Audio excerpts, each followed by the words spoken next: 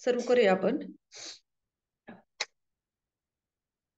ओम अज्ञानतिमिरान्धस्य ज्ञानाञ्जनाशलाकया चक्षुरुन्मिलितं येन तस्मै श्रीगुरवे नमः.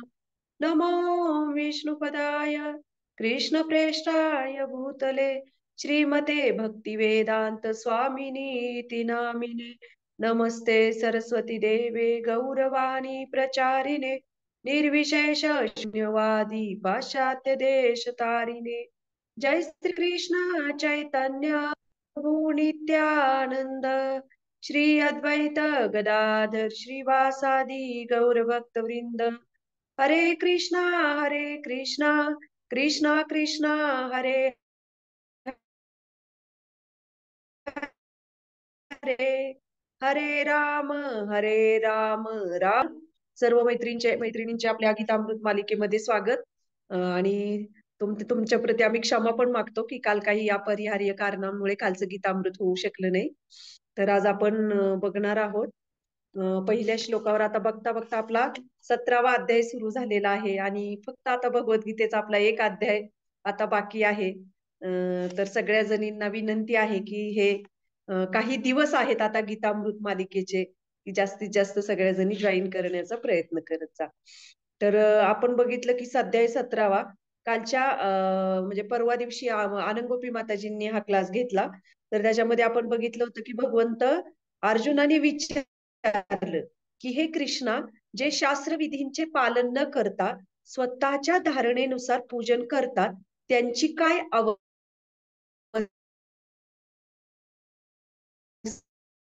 असते. ते सत्व खूप वेळा श्रीमद भगवद्गीतेवर चर्चा करत आलो आहोत की सत्वगुण म्हणजे काय, रजोगुण म्हणजे काय आणि तमोगुण म्हणजे काय, आणि त्यानुसार आपण कसे वेगवेगळे आपले जे काही ऍक्टिव्हिटीज असतात त्या करत असतो. त्याच्यावरून आपल्या लक्षात येऊ शकतं की ही व्यक्ती सत्वगुणी आहे की रजोगुणी आहे की तमोगुणी आहे. म्हणून इथे अर्जुन विचारत आहे की जे स्वतःच्या धारणेनुसार म्हणजे शास्त्रांना न जुमानता स्वतःच्या मतानुसार की मला हे वाटतंय मला ते वाटतंय त्यानुसार त्या धारणेनुसार पूजन करतात, तर मग त्यांना त्यांची काय अवस्था असते, म्हणजे त्यांना कसं आपण समजायचं ते सत्वगुणी आहेत की रजोगुणी आहेत की तमोगुणी आहेत. याच्यावर माताजींकडून आपण ऐकलं होतं. आणि आज आपण दुसरा श्लोक बघणार आहोत. तर दुसऱ्या श्लोकामध्ये आज आपण बघणार आहोत की अर्जुन भगवंतांना आता काय सांगत आहेत यावर. तर हा श्री भगवान वाच त्रिविधा भवती श्रद्धा देहिनां सा स्वभावजा सात्विकी राजसी चैव तामसी चेती ताम शृणु. भाषांतर. श्री भगवान म्हणाले,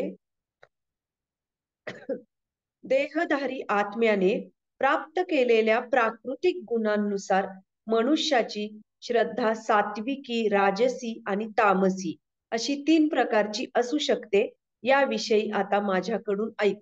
म्हणजे भगवंत सांगत आहेत की ते अर्जुनाच्या प्रश्नाचं उत्तर इथे अर्जुनाने विचारणा केलेली आहे. सत्वगुणी आणि रजोगुणी हे कसे ओळखायचे, म्हणजे ही लोक जे शास्त्रांचं पालन करत नाहीत ते कुठल्या कॅटेगरीमध्ये येतात.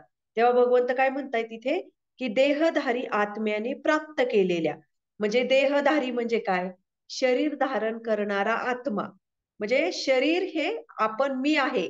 इथे भगवंत काय सांगत आहेत की जो आत्मा वेगवेगळे शरीर धारण करतो त्या आत्म्याने प्राप्त केलेल्या प्राकृतिक गुण म्हणजे कोणते, की जसं सत्वगुण, रजोगुण, तमोगुण. मग या प्राकृतिक गुणांनुसार मनुष्याची श्रद्धा, म्हणजे ज्या व्यक्तीची श्रद्धा या 3 गुणांनुसार विभाजित होते. मग ती श्रद्धा कशी विभाजित होते, सात्विकी, राजसी आणि तामसी अशा 3 प्रकारची श्रद्धा व्यक्तीची असू शकते. या श्लोकामध्ये भगवंत सांगत आहेत. आणि याविषयी भगवंत म्हणतायत की आता तू माझ्याकडून ऐक. आता सत्वगुण, रजोगुण आणि तमोगुण यानुसार मनुष्याची श्रद्धा ही कशी वेगवेगळ्या कॅटेगरीमध्ये येते. जसं म्हणून मग आपण म्हणतो ना की एखाद्याचं म्हणजे जे काही आपण ऍक्टिव्हिटीज करतो, जी काही कृती करतो ती आपल्या चेतनेमध्ये स्थिर होत असते, चेतनेमध्ये बद्ध होत असते. आणि जी चेतना असते त्या चेतनेनुसारच आपण वागतो, बोलतो. आपण काय म्हणतो, आपण कसं म्हणतो की कृष्ण भावनामय, कृष्ण भावना चेतना, म्हणजे कृष्ण भावनामय, भावना म्हणजे काय की चेतना. मग आपण ज्या काही ऍक्टिव्हिटीज करतो त्या आपल्या चेतनेमध्ये, भावनेमध्ये येतात. आणि त्याच ऍक्टिव्हिटीज म्हणजे ज्या विचार करतो आणि त्याच आपल्या ऍक्टिव्हिटीज मध्ये येतात. तर हे जे आहे, तर भगवंत काय सांगतायत, की एखाद्याची श्रद्धा सत्व गुणामध्ये असू शकते, एखाद्याची रजोगुणामध्ये असू शकते आणि एखाद्याची तमोगुणामध्ये असू शकते. म्हणून श्रील प्रभुपाद इथे म्हणत आहेत, की जो शास्त्रविधींना जाणतात, परंतु सुस्तपणा किंवा आळशीपणामुळे ते ह्या शास्त्रविधींचं पालन करत नाहीत, असे व्यक्ती ह्या त्रिगुणांद्वारे काय होतात, नियंत्रित केले जातात. इथे श्रील प्रभुपाद आपल्याला सांगत आहेत आणि भगवंतही आपल्याला तेच सांगत आहेत. म्हणजे जर आपण पूर्वजन्मी एखाद्याने विचार करा, की काही वारंवार एखादी गोष्ट केलेली असेल, भले त्याच्या शरीराचा मृत्यू झाला, परंतु त्या ज्या इच्छा, वासना, तो स्वभाव काय आहे, तो मन, बुद्धी, अहंकार याद्वारे पुढे परावर्तित पुढे जातो आणि त्या शरीरामध्ये जो शरीर तो धारण करतो, त्याच्यामध्ये त्या त्या चेतनेनुसार तो काय करतो, ती कृती करतो. आता उदाहरणार्थ, आपण मी खूप वेळा सांगत असते, की आपल्या ह्याच्यामध्ये एखाद्या कुटुंबामध्ये तर बहीण भाऊ असतात, भाऊ भाऊ असतात, लहान भावंड एकाच आईच्या पोटी एकाच कुटुंबामध्ये जन्मलेले असतात.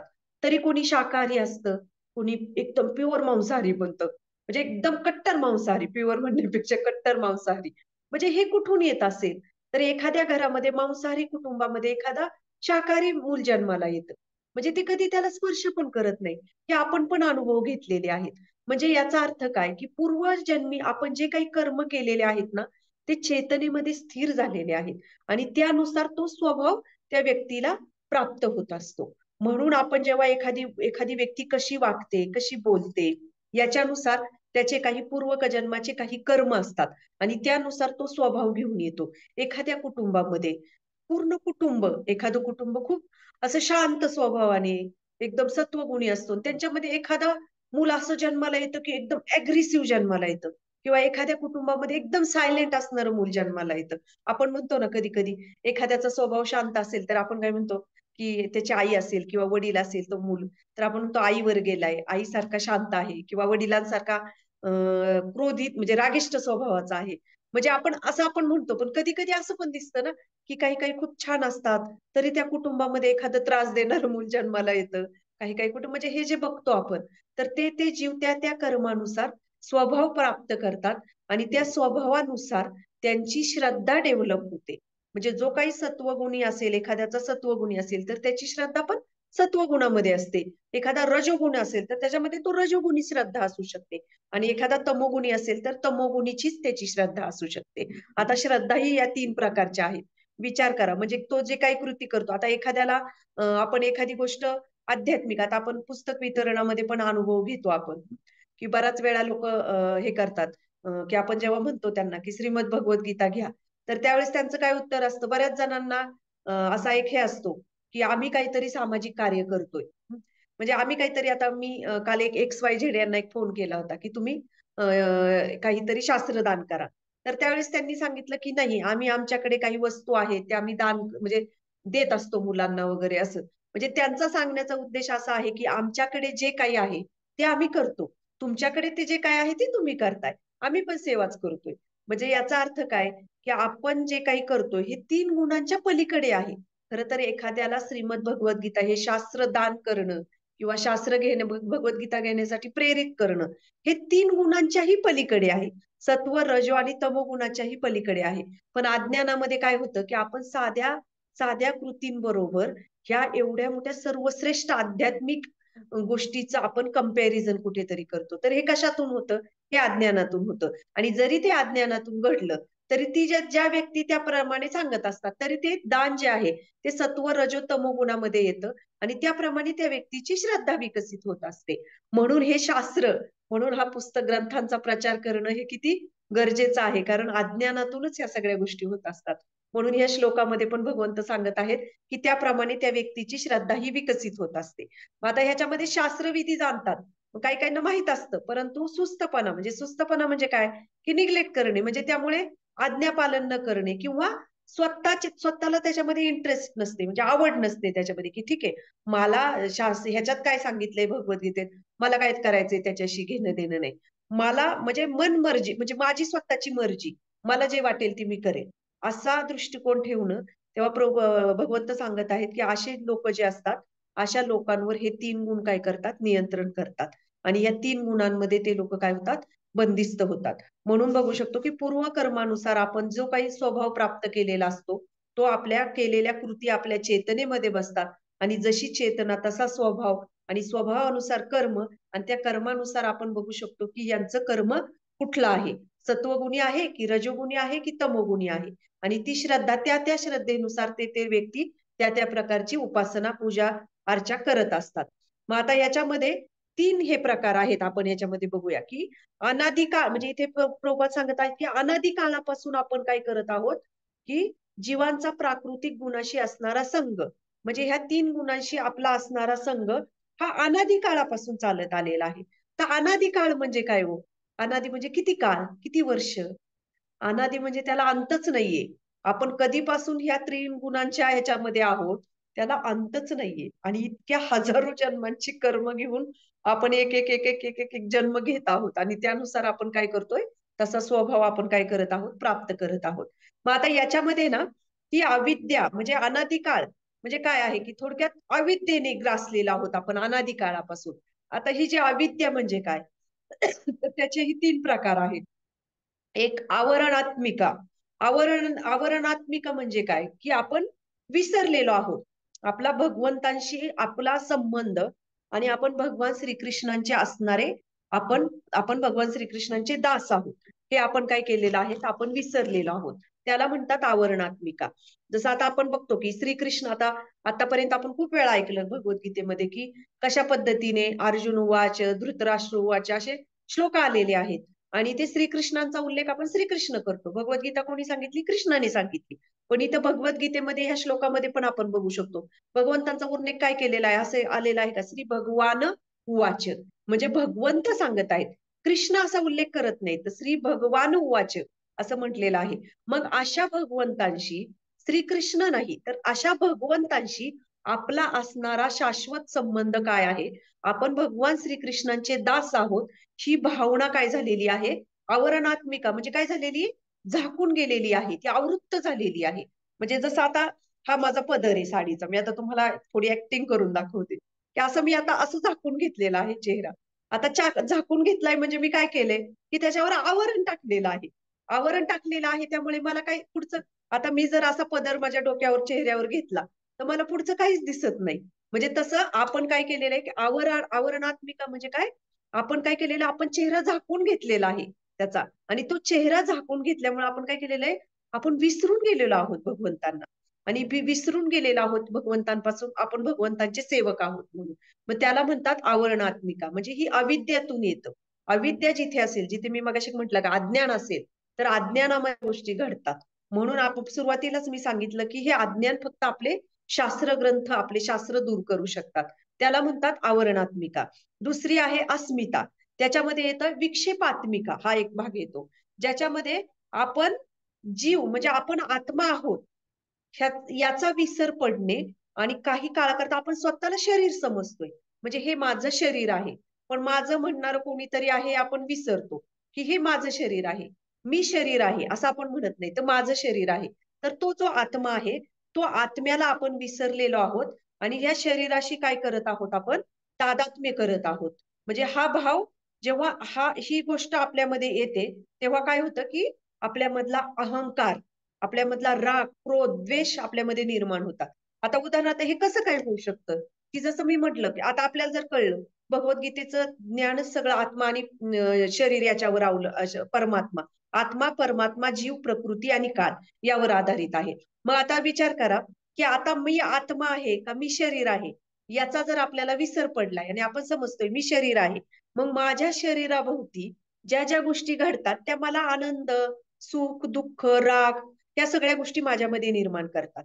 मग जर मला कळलं की माझ्या शरीरामध्ये आत्मा आहे आणि माझं शरीर आत्म्याने ते शरीर धारण केलेलं आहे, तर मग माझ्या आत्म्याला काय गोष्टींची गरज आहे त्या गोष्टींवर जर मी माझं जीवन केंद्रित केलं तर साहजिकच आहे की आत्म्याला काय गोष्टी पाहिजेत त्या जर आपल्या लक्षात आल्या तर शरीराशी निगडीत प्राप्त होणाऱ्या गोष्टी किंवा जे काही गोष्टी आपल्याला राग, क्रोध जो काही येतो तो आपल्याला येणार नाही. कारण आपल्याला माहित आहे, अरे मी हे शरीर नाहीच आहे. माझ्या शरीरामध्ये जो आत्मा आहे, तो खरा वास्तविक आत्मा आहे. हे शरीर नाशवंत शरीर आहे.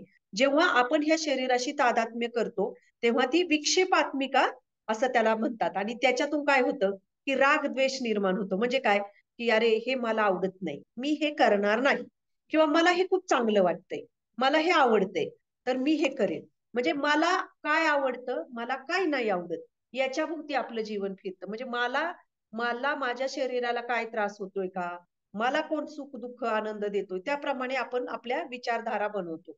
मग मला हे चांगलं नाही वाटत, मला नाही आवडत हे बोललेलं, मग मला आवडत नाही, कारण मला माझ्या आत्म्याला काय आवडतंय काय नाही आवडत त्याच्याकडे आपलं पूर्ण दुर्लक्ष होतं. आणि दुसरं म्हणजे राग द्वेष पण ह्याच्यातूनच निर्माण होतो. किंवा मी हे करेल, मी हे करणार नाही, मला हे आवडत नाही. म्हणजे अशी मनोधारणा जेव्हा बनते, तेव्हा शास्त्रांशी काही संबंधच राहत नाही आपला, की शास्त्र काय सांगतात याच्याशी आपला कुठलाही कॉन्टॅक्ट राहत नाही. फक्त मला काय वाटतंय, मला आवडतंय, मला हे नाही आवडत, ते मला आवडेल, मी हे करेल. तर अशा पद्धतीने त्याला म्हणतात विक्षेपात्मिका. म्हणजे आपण आपला आत्मा पूर्ण आवृत्त करून टाकलेला आहे. आणि तिसरं आहे अभिनिवेश. म्हणजे काय, की एखाद्या गोष्टीचं काय म्हणू शकतो आपण, ऑब्झर्व्ह, म्हणजे ते पण नाही म्हणू शकत. जसं एखाद्या म्हणजे अभिनिवेश म्हणजे आता उदाहरण काय द्यावं? ठीक आहे, कन्सेप्ट सांगते. काही उदाहरण आठवलं तर नक्की सांगते, की मृत्यूची भीती असणे. मृत्यूची भीती म्हणजे कसं असतं, की मला हे आवडतं, मला नाही आवडत, त्याच्यातून राग द्वेष निर्माण होतो आणि याच्यातूनच भीती निर्माण होते. अभिनिवेश म्हणजे मृत्यूची भीती. म्हणजे मला कधी पण आपल्याला आपल्या जीवनामध्ये आपण बघतो, की क्षणाक्षणाला आता तर काही सांगू शकत नाही कोणाचा कधी मृत्यू होईल.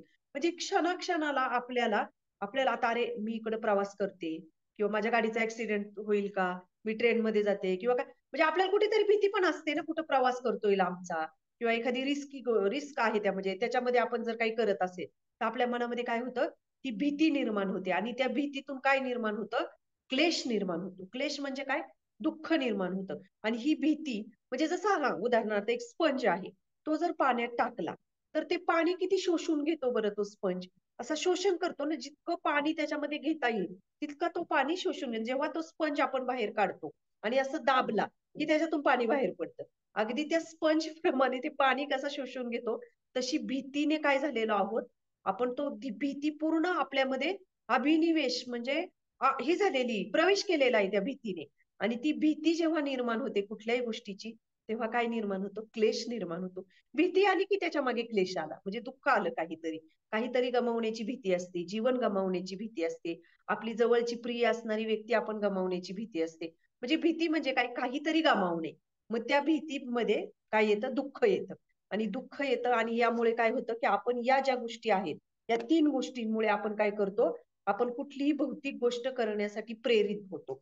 3 म्हणजे मी परत एकदा सांगते, की एक आवरणात्मिका, ज्याच्यामध्ये आपण चेहरा झाकून घेतलेला आहे, की आपला भगवंतांशी असणारा काय संबंध आहे. त्यामुळे आपण पूर्ण चेहरा झाकून घेतलाय, त्यामुळे आपल्याला विसर पडलेला आहे, की आपण भगवंतांचे दास आहोत. दुसरं आपण बघितलं, की विक्षेपात्मिका, ज्याच्यामध्ये आपण शरीराशी तादात्म्य केलेलं आहे. त्यामुळे हे शरीर म्हणजेच मी आहे. आणि त्याच्यामुळे त्याच्यातून राग, द्वेष, हे मी करेल, हे मला आवडत नाही, ते मला आवडत नाही. म्हणजे शास्त्रांशी आपल्याला काही घेणं देणं नसतं. आणि त्याच्यातून काय येतं, अभिनिवेश म्हणजे त्याच्यातून भीती निर्माण होते. ज्या भीतीतून आपल्याला क्लेश निर्माण होतो. आणि ह्या 3 गोष्टी ज्या आहेत, या तिन्ही गोष्टी जेव्हा आपण पूर्णपणे त्याच्यामध्ये काय म्हणू शकतो, या तिन्ही गोष्टींनी पूर्ण आपल्यावर नियंत्रण केले, त्यावेळेस आपण भौतिक गोष्टी करण्यासाठी, भौतिक कर्म करण्यासाठी काय होतो, प्रेरित बनतो. आणि ते कर्म आपण केल्यामुळं प्रेरित बनतो. आणि ते जे कर्म करतो, या 3 गोष्टींच्या ह्याच्यामध्ये त्या 3 गोष्टी ज्या आहेत, त्याच्या अंतर्भूत ज्या काही गोष्टी करतो, त्या सगळ्या भगवंत म्हणतात सत्व, राजसी आणि तामसी गुणामध्ये येतात. मग त्याच्यानुसार आपण कुठली जी काही कर्म करत असेल, त्यानुसार आपण तो स्वभाव धारण करतो आणि त्याप्रमाणे आपण कर्म करतो. आणि हे जे काय आहे, हे अनादी काळापासून चालत आलेलं आहे. म्हणजे काय ते एका वर्षापासून किंवा काही वर्षांपासून किंवा हजारो वर्षांपासून तर नाही. तर अनादी काळ म्हणजे ज्याला कधी सुरुवात झालेली आहे, ते माहीतच नाही. म्हणजे त्याचा इतका अनादी काळापासून ते हे केलेलं आहे. म्हणून श्रद्धा ही आपल्याला 3 प्रकारची प्राप्त होते या 3 गोष्टीतून. आणि त्याच्यातून सत्व, रजो आणि तमोगुण. मग ज्यांच्याकडे अशी आध्यात्मिक बुद्धी नसते, आध्यात्मिक बुद्धी ही कशातून निर्माण होती? शास्त्रांच्या श्रद्धेतून निर्माण होती. शास्त्रांपासून तीच निर्माण होती. पण ज्यांच्याकडे अशी आध्यात्मिक बुद्धी नसते, ते अशा प्रकारचे कर्म करतात. आणि ही जी आहे, हे पूर्वसंस्कार जे आहेत, म्हणजे आपले जे काही पूर्वजन्माचे आपण संस्कार घेऊन आलेलो आहोत, त्याच्यामध्ये ती काय होत असते, परावर्तित होत असते. आणि ही फक्त म्हणजे ती कर्म, पण फक्त हे कर्म आपण कशाच्या ह्याच्यातून बदलू शकतो, फक्त म्हणजे फक्त भक्तांच्या द्वारे, भक्तांची जी शिकवण आहे वैष्णवांची, त्यांच्या मार्गदर्शनाखालीच आपल्यामधले हे संस्कार काय होत असतात, परावर्तित होऊ शकतात. नाहीतर कुठलाच चान्स नाहीये आपल्याकडे. जसं आता आपण म्हणतो ना, की आपण आपल्या स्वभावानुसार कर्म करावं. म्हणजे प्रत्येकाचा काहीतरी स्वभाव असतो ना. म्हणजे कोणाला काही एखादी ऍक्टिव्हिटी करायला आवडते, कोणाला अजून दुसरं काही, कोणाला वाचन आवडेल, कोणाला ऐकायला आवडेल, कोणाला डान्सिंग आवडतं, कोणाला संगीत ऐकायला आवडतं. म्हणजे प्रत्येकाचा एक एक स्वभाव असतो आणि त्या स्वभावानुसार ती व्यक्ती कर्म करते. पण आता विचार करा, भगवंत सुद्धा सांगतात भगवद्गीतेमध्ये एका श्लोकामध्ये, की ज्यांनी त्यांनी ज्याच्या त्याच्या स्वभावानुसार आपण जे ते कर्म करावं. म्हणजे ब्राह्मण असेल तर ब्राह्मणाचं करावं, एखादा क्षत्रिय असेल तर क्षत्रियाचं करावं. म्हणजे त्याच्या त्याच्या स्वभावानुसार. मग आता हा स्वभाव जो आहे, त्या स्वभावानुसार कार्य करायचं. मग आता हा स्वभाव बदलणं एवढं सोपं आहे का हो? म्हणजे आता समजा एखाद्याचा स्वभाव आहे खूप प्रेमळ आहे आणि खूप शांत स्वभाव आहे. त्याला जर तुम्ही सांगितलं, की नाही, नाही, ठिकाणी थोडंसं काय म्हणतात कडक घ्यावं लागेल किंवा थोडंसं अग्रेसिव्ह व्हावं लागेल इथे, तरच ती गोष्ट प्राप्त होऊ शकते. तुम्ही त्या व्यक्तीच्या 10 वेळा पाया पडा, तरी त्या व्यक्तीला ते जमणार नाही. काही टक्के प्रमाणात ते करण्याचा प्रयत्न करेल, पण ते आतूनच नसतं. त्यामुळे त्याच्यामध्ये ते त्या ऍक्टिव्हिटीज मध्ये ते काय म्हणतात ना, त्याच्यात जीव नसणार ते करताना. म्हणजे एखाद्याचा आपण काय म्हणतो, की मूळ स्वभाव बदलू शकत नाही. काही प्रमाणात थोडंफार इकडे-तिकडे आपण त्याला कन्व्हिन्स करू शकतो. एखाद्याचा स्वभाव खूप अग्रेसिव्ह आहे आणि तुम्ही त्याला किती काही कुठली गोष्ट सांगा, असं काही राग येण्यासारखं काहीतरी घटना घडली ना, आपण त्याला सांग, तो लगेच त्याचे 3, 13, 9, 12 वाजणार, की लगेच तो अग्रेसिव्ह, नाही, नाही, नाही, नाही, हे असंच केलं पाहिजे, त्याला तसंच उत्तर आपण दिलं पाहिजे. म्हणजे त्याचा तो मूळ स्वभाव आहे, की तो त्याला प्रत्युत्तर देणार म्हणजे देणार. मग तुम्ही किती त्याला शांत करण्याचा प्रयत्न करा, काही टक्क्यात ते सक्सेस येईल. पण असं नाही की ते पूर्ण स्वभाव बदलू शकत नाही. म्हणून इथे बघतायत की भगवंत सांगतायत की इथं हा स्वभाव आपण कशा पद्धतीने बदलू शकतो, तर प्रामाणिक वैष्णवांच्या संघात आपण योग्य शिकवणी धारण केल्या, आपण ते शिकलो आध्यात्मिक गोष्टी, तरच आपल्या स्वभावामध्ये परिवर्तन होऊ शकतं. आपल्या संस्कारांमध्ये परिवर्तन होऊ शकतं. म्हणजे विचार करा की स्वभाव बदलणं, हे आपण पण म्हणतो ना की स्वभाव बदलणं किती अवघड आहे. एखाद्याचा स्वभाव बदलणं. म्हणजे तो स्वभाव सुद्धा आपण बदलू शकतो. फक्त कशामध्ये? वैष्णवांच्या संघामध्ये. म्हणून आपला स्वभाव हा जो असतो, या 3 गुणांच्या याच्यामध्ये येतो. जो कोणी शास्त्र एखाद्याने ऐकलेच नाही, भगवद्गीता काय सांगते, भागवतम काय सांगते, याच्यामधलं ज्ञानच आपल्याला नाही, तर किती अवघड आहे हो एखाद्या गोष्टीचा स्वभाव बदलणं. आता अजून एक उदाहरण सांगते तुम्हाला, की एखाद्या व्यक्तीला सारखी कोणाची तरी गॉसिपिंग करणे, कोणाची तरी निंदा करणे, असा स्वभाव आहे त्याचा. आणि आता हा त्याचा जर स्वभाव बदलायचा, एखाद्याने कितीही सांगू दे, ते तेवढ्या काही थोड्याफार प्रमाणात तो हे करेल, की हां, ठीक आहे आपल्याला सांगितले. पण त्याचं मूळ नेचर तसं आहे. ते कुठेतरी संधी मिळाली, की ते कुणाची तरी निंदा करणार, कोणाचं तरी गॉसिपिंग करणार म्हणजे करणार. पण आता या व्यक्तीचा स्वभाव म्हणजे त्याची प्रवृत्ती तो त्याग करू शकत नाही. परंतु या प्रवृत्तीचा त्याग कधी होऊ शकतो? तर ज्यांनी शास्त्र वाचलेले आहेत, शास्त्र काय सांगतायत आणि भक्तांचं मार्गदर्शन तो घेत आहे, तेव्हाच अशा व्यक्तींचा स्वभाव आपण आसुरी स्वभाव म्हणू शकतो, तमोगुणी म्हणू शकतो, रजोगुणी म्हणू शकतो. तर अशा व्यक्तींचा स्वभाव हा भगवंत सांगतायत, की तिथे तो परावर्तित होऊ शकतो. हे संस्कार फक्त आणि फक्त भक्तांच्या संघामध्ये, भक्ती मार्गामध्ये परावर्तित होऊ शकतात.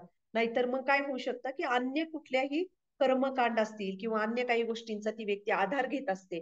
परंतु जरी त्यांनी त्या गोष्टींचा आधार घेतला, बाकीचे कर्म करणे, कर्मकांड करणे, तरी पण त्याच्यामध्ये तो बदल होऊ शकत नाही. म्हणून मूळ संस्कार, मूळ स्वभाव बदलणं हे फक्त आध्यात्मिक जीवनामध्ये आपल्यामध्ये वाईट असणाऱ्या गोष्टी त्या फक्त शास्त्रांच्या आधारे, शास्त्रांचा आधार घेऊन, शास्त्रांचं मार्गदर्शन घेऊन, वैष्णवांच्या मार्गदर्शनाखाली आपल्यामधला हा स्वभाव बदलू शकतो. म्हणून आपण बघतो की भक्तीमध्ये आपण कशासाठी आलेलो आहोत? स्वच्छ होण्यासाठी आलेलो आहोत. असं नाही की आपण स्वच्छ झालोय आता एकदम मी अंतर्बाह्य एकदम माझं शुद्धीकरण झालेलं आहे. कारण भक्त म्हणून भक्तांच्या संघामध्ये आल्यानंतर सुद्धा काही भक्तांमध्ये आपल्याला दोष दिसतात. काहींमध्ये काही कमतरता दिसते. पण याचा अर्थ असा होत नाही की अरे ते भक्त एकदम परिपूर्ण शुद्ध झाले.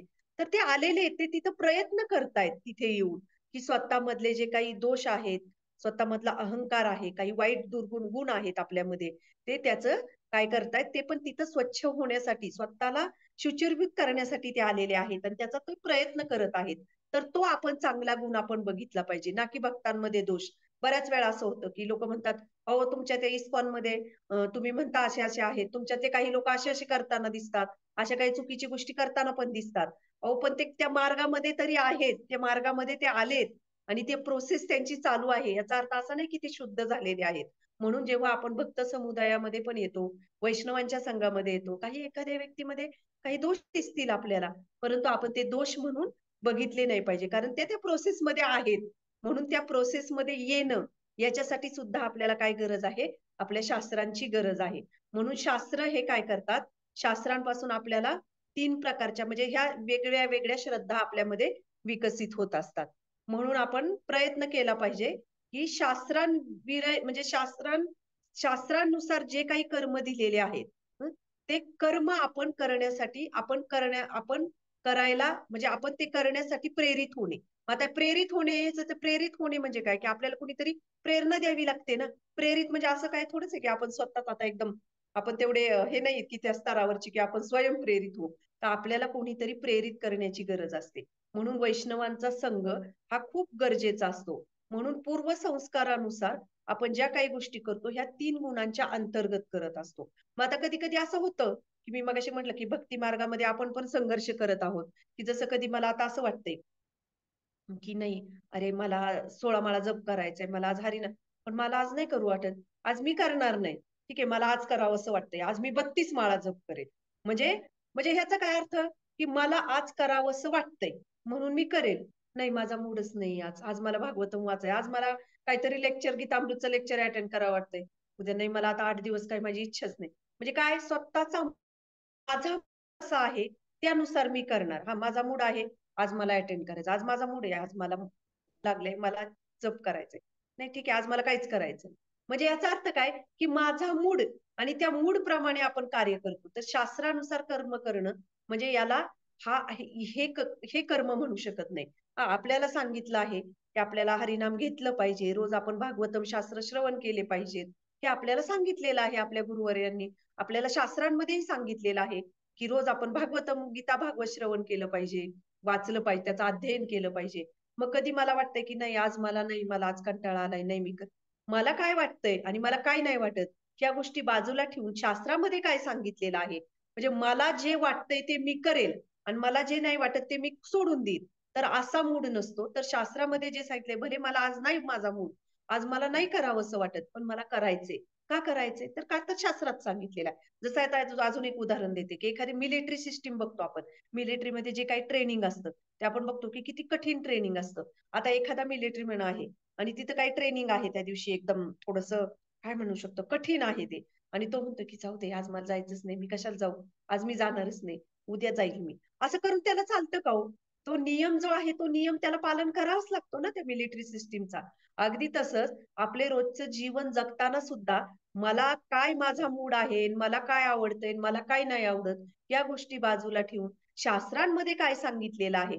भले ते आज मला कठीण जातंय करायला, पण शास्त्रांमध्ये सांगितलंय म्हणून मी ते करेल आणि मी ती करेल म्हणून मला मला काही ही प्रेरणा कुठून मिळू शकते पण शास्त्रांमधल्या गोष्टी करण्यात. तर मी मगाशी 3-4 वेळा सांगितलं, की वैष्णवांचा संघ. याच्यातूनच आपल्या ह्या ॲक्टिव्हिटीज बदलू शकतात. म्हणजे एखादी व्यक्ती तमोगुणी असेल, एखादी व्यक्ती रजोगुणी असेल, तर त्याच्यातून ते काय होऊ शकतो, त्याच्यामध्ये बदल होऊ शकतो. म्हणून इथे श्रील प्रभुपाद तात्पर्यामध्ये शेवटच्या ह्याच्यामध्ये खूप सुंदर सांगत आहेत त्याच्यामध्ये. एक उदाहरण मला आठवतंय श्रीमद भागवतम मधलं, की तो जो शिकारीचं उदाहरण आपण ते स्टोरी कथा बऱ्याच वेळा आपण ऐकलेली आहे, की तो जो मृगारी होता, तो कशा पद्धतीने प्राण्यांना मारायचा आणि त्यांची हत्या करायचा. पण तो कशी करायचा, की त्यांना अर्धवट मारायचा. अर्धवट म्हणजे अर्धवट कुठले तरी त्यांचे अवयव कट करणे, हे करणे म्हणजे असा पूर्ण मारत नव्हता. आपण कसं म्हणतो, की एखाद्याला काही आजार झाला आणि त्या आजारामध्ये त्याला खूप त्रास होतोय आणि आपल्याला ते सहन होत नाही. तर आपण काय म्हणतो, की "अरे भगवंता, त्याचे हाल बघवत नाहीत, की त्याला लवकर ह्या जगातून घेऊन जा." असं आपण म्हणतो, की नाही. मग अगदी तसंच त्या प्राण्यांना तो अर्धवट मारायचा आणि ते असे तडफडायचे. म्हणजे आता हे किती क्रूर कर्म आहे ना, तमोगुणी आणि किती क्रूर आहे याच्यामध्ये.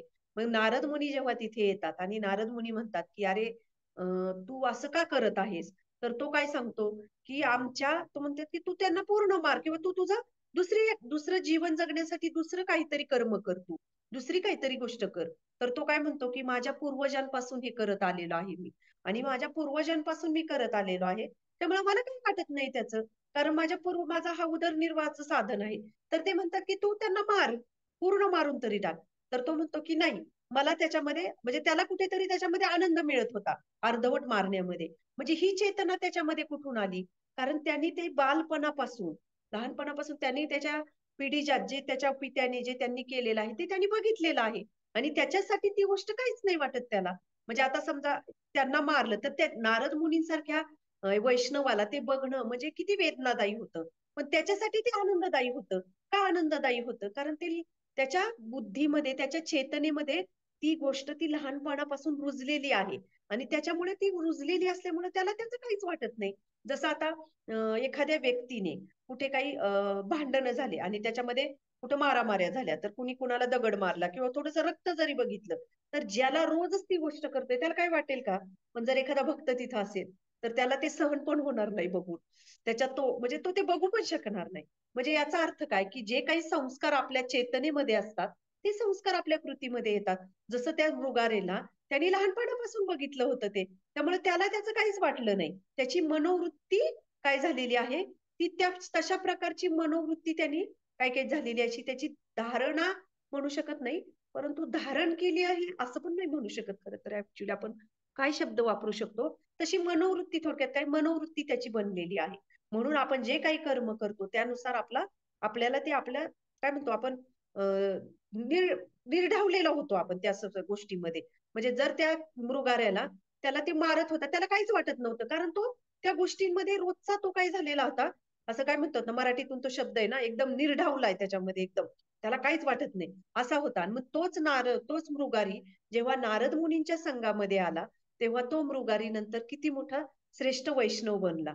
म्हणजे याच्यातून बघू शकतो की एका शुद्ध भक्ताच्या संघामुळे अशी चेतना धारण केलेल्या म्हणजे तमोगुणामध्ये, तर तमोगुणी व्यक्ती सुद्धा काय करू शकते, त्याचे जे काही हे आहे, त्याचा स्वभाव आहे तो त्याचा बदलू शकतो. त्याच्यामध्ये आपण म्हणू शकतो की त्याचे संस्कार, स्वभाव म्हणण्यापेक्षा संस्कार म्हणजे पूर्वजन्मापासून येतात, आणि स्वभाव त्या संस्कारानुसार ह्या जन्मामध्ये आपण तो स्वभाव धारण करतो. म्हणजे त्याचे संस्कार परावर्तित झाले. म्हणून हा जो आहे, तर म्हणजे हे कुठून येऊ शकतो, तर शास्त्र जेव्हा ऐकतो आपण, तेव्हा आपल्यामध्ये ती इच्छा निर्माण होते. आणि संघामध्ये तर आपण बघतो की जेव्हा संघ म्हणजे काय, वचनांचा म्हणजे वैष्णवांच्या वचनांचा, वैष्णव जे काही सांगतायत त्याचा लाभ जर आपण घेतला, तर आपला संस्कार आपले परावर्तित होऊ शकतात पूर्वजन्मांपासून आलेले. दुसरं एक उदाहरण आहे, हे श्रीमद भागवतम मधला 4था स्कंद आणि दुसरा भाग आहे. याच्यामध्ये ना राजा प्राचीन ब्रहीची खूप छान सुंदर कथा आहे. तर त्याच्यामध्ये तो राजा प्राचीन बहिर्षित राजा होता. तर तो त्याची मुलं जेव्हा तपश्चर्येसाठी निघून गेले वनामध्ये, तेव्हा हा राजा काय करतो, वेगवेगळ्या हे सुरू करतो, तपश्चर्या यज्ञ सुरू करतो. आणि ते यज्ञ करत असताना त्या ठिकाणी नारद मुनी येतात, आणि नारद मुनी काय करतात, खूप सुंदर श्लोक आहे, आपण बघूया. म्हणजे तो वेगवेगळे यज्ञ करत असतो, आणि ते यज्ञ करताना तिथे नारद मुनी येतात, आणि नारद मुनी काय सांगतात त्याला, म्हणजे आपण हे आधीचं उदाहरण बघितलं ते तमोगुणाचं उदाहरण बघितलं. आता आपण बघत आहोत रजोगुणाचं उदाहरण. की नारद मुनी राजाला विचारतात, श्रेयस्तम कथमद्राजन कर्मनात्मानी हसे, दुःख हानी सुख वाप्ती श्रेयस्त्रेह चेष्यते. नारदांनी राजाला विचारले, हे राजा, ही सकाम कर्मे करून तू काय प्राप्त करू इच्छितोस? दुःखांपासून निवृत्ती आणि सुखाची प्राप्ती हे जीवनाचे प्रमुख ध्येय आहे, परंतु या दोन्ही गोष्टीचा अनुभव सकाम कर्मांद्वारे होऊ शकत नाही. म्हणजे इथे आणि दुसऱ्या एका श्लोकामध्ये इथं नारद मुनी त्यांना म्हणत आहेत की जो तो यज्ञ करायचा, त्या यज्ञामध्ये तो काय करत होता, पशुबळी देत होता. तर नारद मुनी म्हणतात की भो भो प्रजापते राजन पशुन पश्यत्वया त्वरे संज्ञा पिता विसंगती गृणेन सहस्रशा. महर्षी नारद म्हणाले, हे प्रजेच्या अधीक्षका, हे राजा, तू निर्दयपणे आणि किंचितही करुणा न दाखवता यज्ञामध्ये ज्या पशूंचा बळी दिला होतास, ते पशु आकाशामध्ये पहा. आणि ते सांगतात की हे सर्व पशु तुझ्या मृत्यूची वाट पाहत आहेत, म्हणजे तू त्यांना दिलेल्या यातनांचा आणि पीडांचा ते प्रतिशोध घेऊ शकतील. तुझ्या मृत्यूनंतर ते क्रोधाने लोखंडी शिंगाने तुझा देह छिन्न विछिन्न करतील. म्हणजे हे रजोगुणाचं उदाहरण आहे. रजोगुण म्हणजे काय? राजा प्राचीन बहिर्षीत कशासाठी यज्ञ करत होता? सुखाच्या प्राप्तीसाठी यज्ञ करत होता. आणि ते यज्ञ करताना तो त्याच्यामध्ये पशुबळी देत होता. म्हणून मग नारद मुनी इथे सांगतात. आणि नंतर तो राजा प्राचीन प्राचीन बहिर्षित राजा नारद मुनीच्या संघाने पुढे एक शुद्ध वैष्णव बनतो. म्हणून हे दोन्ही उदाहरण आपण बघू शकतो. एक रजोगुणी आहे, एक तमोगुणी आहे. स्वभाव बदलणं हे किती कठीण आहे. पूर्वजन्मानुसार आपले पूर्व कर्मानुसार आपण ते संस्कार घेऊन येतो. ते फक्त आणि फक्त अशा शुद्ध वैष्णवांच्या संघामध्येच निर्माण होऊ शकतात. आणि म्हणून आपण बघू शकतो की शास्त्र श्रद्धा पण म्हणजे दोन प्रकारे, एक शास्त्रीय श्रद्धा आणि दुसरी म्हणजे मनगढंत श्रद्धा, म्हणजे अंधविश्वास. म्हणजे मला वाटतंय की हे पुण्याचं कर्म आहे, हे का मला माझ्यानुसार, मला जे माझ्या वृत्तीनुसार मला जे वाटतंय त्यानुसार मी करेन, त्याला म्हणतात अंधविश्वास. मनोगडंत श्रद्धा. आणि शास्त्रीय श्रद्धा म्हणजे काय? की ऍक्च्युली शास्त्रांवरची श्रद्धा. म्हणून आपण हे बघितण्याचा प्रयत्न केला पाहिजे की आपल्याला ह्या 3 गुणांनुसार आपला कुठला स्वभाव प्राप्त होतो, याच्यामध्ये शास्त्रीय सिद्धांत किंवा शास्त्रीय श्रद्धा ही किती मोठा फॅक्टर आहे की जो आपला स्वभाव बदलू शकते. आणि म्हणून भगवान श्रीकृष्ण इथे अर्जुनाला सांगत आहेत की या 3 प्रकारच्या श्रद्धा आता तू माझ्याकडून ऐक. आणि मग आता थोडक्यात 1-2 मिनिटात तात्पर्य वाचूया आपण की आता आपण जे काय ऐकलं तर त्याच्यावर प्रभुपाद काय सांगतायत. जे शास्त्रविधींना जाणतात परंतु सुस्तपणा किंवा आळशीपणामुळे जे या शास्त्रविधींचे पालन करणे सोडून देतात, त्यांचे नियंत्रण त्रिगुणांद्वारे केले जाते, जे सुरुवातीला आपण बघितलं. जीवांना आपल्या सात्विक, राजसिक, तामसिक गुणांनी युक्त पूर्व कर्मानुसार विशिष्ट प्रकारचा स्वभाव प्राप्त होतो, जे आपण सत्व, रज, तम गुणानुसार आपण बघितले उदाहरणं. जीवांचा प्राकृतिक गुणाशी असणारा संघ अनादी काळापासून चालत आलेला आहे. जीव हा प्रकृतीच्या संपर्कात असल्यामुळे विविध गुणांशी असलेल्या संघानुसार त्याला विविध प्रकारचा स्वभाव प्राप्त होतो. म्हणजे आपण अनादी काळापासून आपण काय करत आहोत, हे स्वभाव घेऊन आलेलो आहोत आणि त्यानुसार आपण कृती करतो. तथापि तथापि म्हणजे काय? प्रभुपाद म्हणतात की जर मनुष्याने प्रामाणिक आध्यात्मिक गुरुचा संग केला आणि शास्त्रविधीनुसार म्हणजे शास्त्रानुसार आचरण केले, तर त्याचा स्वभाव बदलणे शक्य होते. हळूहळू तो तमोगुणापासून सात्विक अथवा रजोगुणापासून सत्विक गुणामध्ये उन्नत होऊ शकतो. निष्कर्ष हाच आहे की एखाद्या विशिष्ट गुणातील अंधश्रद्धा मनुष्याला सिद्धावस्थेपर्यंत उन्नत करायला सहाय्यक होत नाही. म्हणून मनुष्याने प्रामाणिक आध्यात्मिक गुरुच्या संगतीत आणि चातुर्याने सर्व गोष्टींचा विचार केला पाहिजे. अशा रीतीने मनुष्य उच्चतर गुणात स्थिर होऊ शकतो. मग आपण कुठल्या गुणात आहोत? आपण निदान तमोगुणातून रजोगुणात, रजोगुणातून सत्वगुणात आपण जाऊ शकतो. पण कशानुसार? यानुसार. म्हणून इथे आपण ही 2 उदाहरणही बघितले की एका शुद्ध भक्तामध्ये ती शक्ती असते. तर आता रविवारचा श्लोक आपला आहे की भगवंत पुढे सांगत आहेत की या विविध प्राकृतिक गुणाच्या अंतर्गत मनुष्याच्या जीवनास अनुरूप अशी विशिष्ट प्रकारची श्रद्धा प्राप्त होते. जीवाने प्राप्त केलेल्या गुणानुसार तो विशिष्ट प्रकारच्या श्रद्धेने युक्त असल्याचे म्हटले जाते. तर थँक्यू. मी सगळ्यांनी एवढा वेळ शांततेने मला सहन केलं. तर याच्यावर कोणाचे काही प्रश्न असतील तर नक्की तुम्ही विचारू शकता किंवा काही तुम्हाला ऍड करायचं असेल तरी तुम्ही करू शकता. उद्या आज सॉरी, एक 5 मिनिट. आज भक्ती सिद्धांत सरस्वती ठाकूर, आपले जे श्रील प्रभुपादांचे गुरु महाराज, जे आपले आचार्य होऊन गेले श्रेष्ठ, आज त्यांचा तिरोभाव दिन आहे खरं तर. आणि आपण बघतो की भक्ती सिद्धांत सरस्वती ठाकूरांनी त्यांच्या शिष्य म्हणजे श्रील प्रभुपाद यांना आज्ञा दिली होती की तुम्ही इंग्रजी भाषेमध्ये पुस्तकं लिहा, ग्रंथ लिहा आणि त्याचं पाश्चात्य देशामध्ये जाऊन त्याचा प्रचार करा. विचार करा मैत्रिणींनो, ही आज्ञा त्यांच्या गुरूंनी त्यांच्या शिष्याला दिली आणि ते श्रील प्रभुपाद ती आज्ञा घेऊन आयुष्यभर जगले आणि आयुष्यभर त्यांनी शेवटच्या Somebody क्षणापर्यंत. start reading at least. Pillu. Haribol, माताजी आवाज येतोय तुमचा. मग ती Sorry. आयुष्यभर स्मरण करत ते जगले, त्यानुसार त्यांनी प्रयत्न केला आणि आज त्या श्रील प्रभुपादांच्या कृपेने आज आपल्याला काही का होईना भगवद्गीता समजत आहे. तर त्यांनी त्यांच्या गुरु शिष्यासाठी ती आज्ञा दिली, तशी आपल्या गुरु महाराजांनी आपल्याला आयुष्य समर्पित करायचं नाहीये, परंतु काही काळ, 1 महिना, त्यातले पण 15 दिवस राहिलेले आहेत, आणि त्या 15 दिवसामधले फक्त काही दिवस आणि त्या 15 दिवस आणि त्या दिवसामधला फक्त काही वेळ आपल्याला हे करायचं आहे. या श्री भक्ती सिद्धांत सरस्वती ठाकूरांनी जी श्री प्रभुपादांना आज्ञा दिली होती, पुस्तक वितरण करा. ती आज्ञा आपल्यालाही आपल्या गुरु महाराजांनी काही वेळासाठी दिलेली आहे. तर आपण आपल्या गुरूंची आज्ञा काही काळापुरतीच आपल्याला, असं नाही की आपलं पूर्ण जीवन द्यायचं आहे. तर सगळ्यांना खूप खूप विनंती आहे की हे 15 दिवस पुस्तक वितरणाचे राहिले आहेत, की आताच आपण चर्चा केली की शास्त्र अध्ययन करणं हे किती गरजेचं आहे एका जीवनाला आपल्या योग्य दिशा देण्यासाठी. एखाद्याचा उद्धार त्याच्यातून होऊ शकतो, त्यातलेच आपणही आहोत त्या प्रवासामध्ये. तर प्रयत्न करूया की हे शास्त्र, ही भगवद्गीता जास्तीत जास्त लोकांपर्यंत पोहोचवायची आणि त्याचा प्रचार करायचा. आणि आपल्या गुरु महाराजांची आज्ञा पूर्ण करता करता आपल्याला आपल्या आचार्यांची, खरे तर भक्ती सिद्धांत सरस्वती ठाकूरांचा तिरोभाव दिन आहे, हीच खरं त्यांच्या प्रतीची आपण काय म्हणू शकतो, आपला आदर आणि सन्मान आपण प्रकट करू शकतो. की आपण प्रयत्न करूया जास्तीत जास्त पुस्तक वितरण करण्याचा. थँक्यू. हरे कृष्णा. कोणाला काही प्रश्न असतील तर विचारू शकता. मग त्याची सेटिंग चेंज करताय का?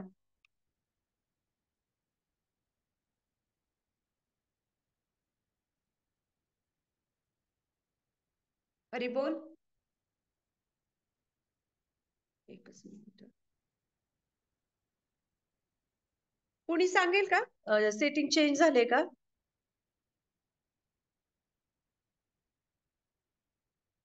हरी बोल.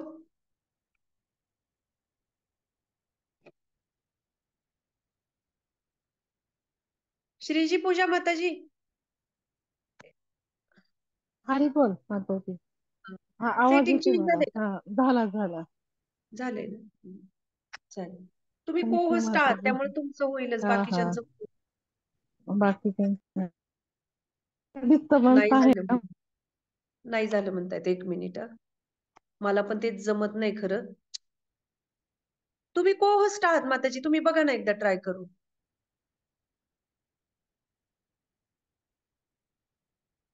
हा आता बघा बरं.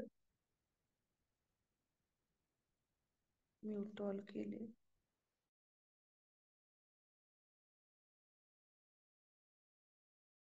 म्यूट ऑल केलंय.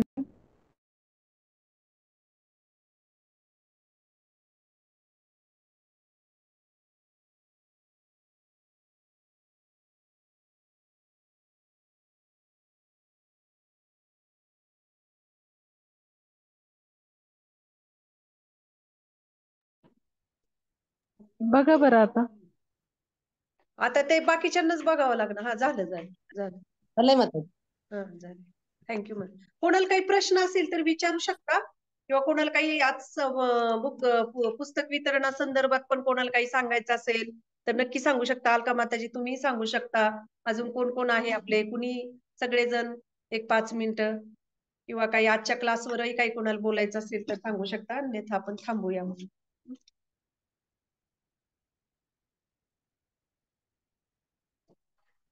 हरी बोल माताजी. खूप छान हा. लेक्चर झालं माताजी.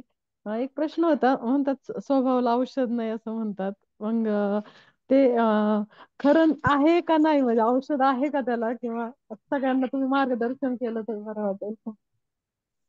स्वभावाला औषध नाही आपण म्हणतो, हे आपण भौतिक जगामध्ये म्हणतो की भौतिक जगतामध्ये स्वभावाला खरंच औषध नाही.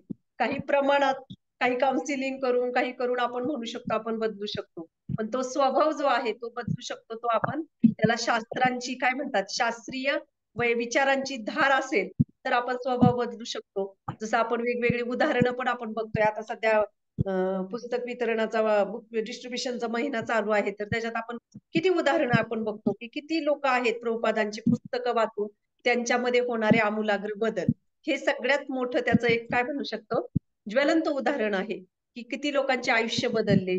जे हिप्पी लोक होते, जे सगळ्या प्रकारची व्यसनं करत होते, ते हॅप्पी बनले.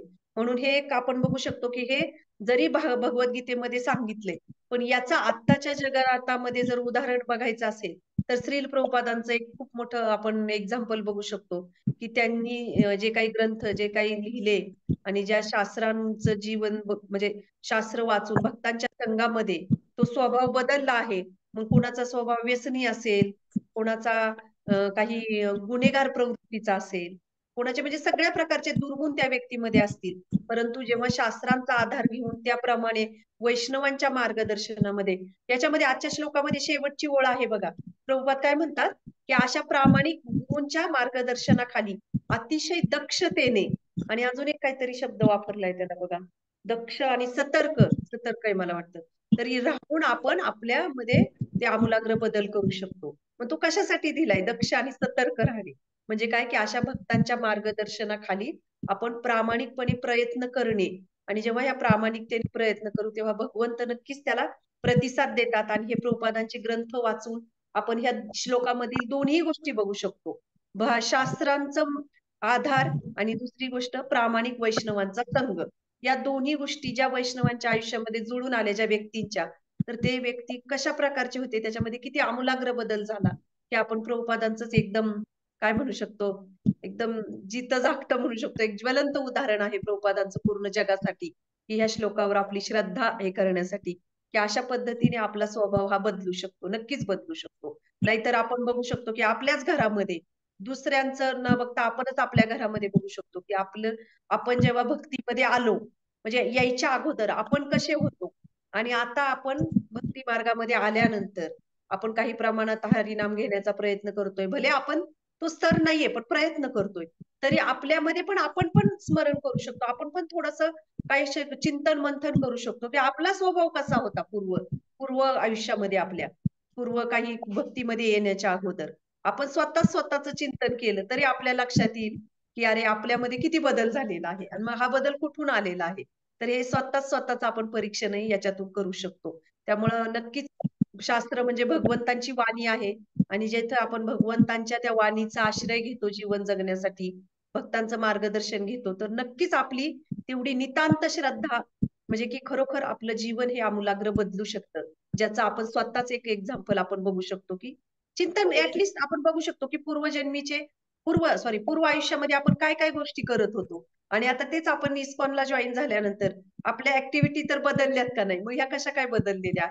तर हे आपण स्वतःच एक चिंतन करू शकतो. आणि मी एक क्लास ऐकला होता, मला आता जस्ट आठवत नाही कुठला होता, कोणाचा तो.